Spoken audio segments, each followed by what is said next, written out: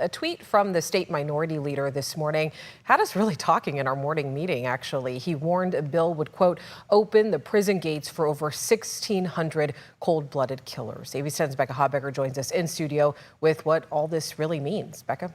Yeah, Leader Jones is talking about a bill that would allow most people convicted of a violent crime when they were 25 or younger and sentenced to life in prison without chance at parole to get a parole hearing, but only after serving 25 years. And in my reporting today, I learned there are crime victims not only against this bill, but also in favor of it.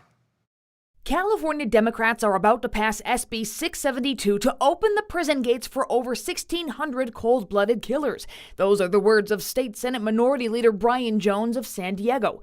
We spoke while he was traveling back to his district Thursday after wrapping a Senate floor session. They were sentenced to life without parole. That should be the end of the story. Senate Bill 672, called the Youth Rehabilitation and Opportunity Act, would allow most people convicted of a violent crime when they were 25 or younger and sentenced to life in prison without chance at parole to get a parole hearing after serving 25 years. Current law allows this only for people who committed their crime as a minor. True public safety and a strong criminal justice system must also recognize the potential for rehabilitation and change. Advocates say this bill would not guarantee someone is paroled. That's still up to the parole board and governor. Critics say this is a slap in the face to the victims of violent crimes and their family members, like Lauren Pettigrew with the group United Crime Victims. Her brother David was murdered in 2007. His 3 killers, sentenced to life without possibility of parole, would be eligible for a parole hearing in the early 2030s if this bill passes. It's really rewriting history, too, for victims like me who were told decades ago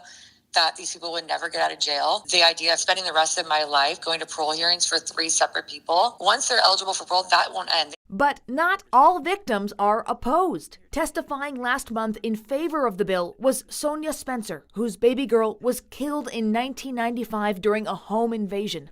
All 6 men involved were sentenced to life without possibility of parole. Several years I wrote to them expressing my pain, my anger, and the darkness that was my new normal.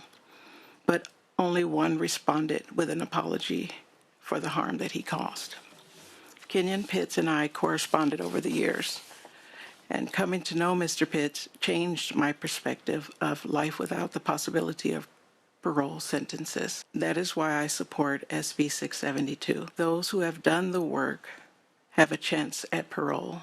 Those who have not will not be found eligible. As for Leader Jones' post on X, he's referencing an independent analysis of the bill, which found a little over 1,600 California prison inmates could be newly eligible for a parole hearing if SB 672 passes. This bill excludes people convicted of certain offenses, such as a mass shooting at a school or church or murdering a law enforcement officer. The bill is expected to be heard again on the Senate floor as soon as Monday. Alex? All right, Becca, thank you.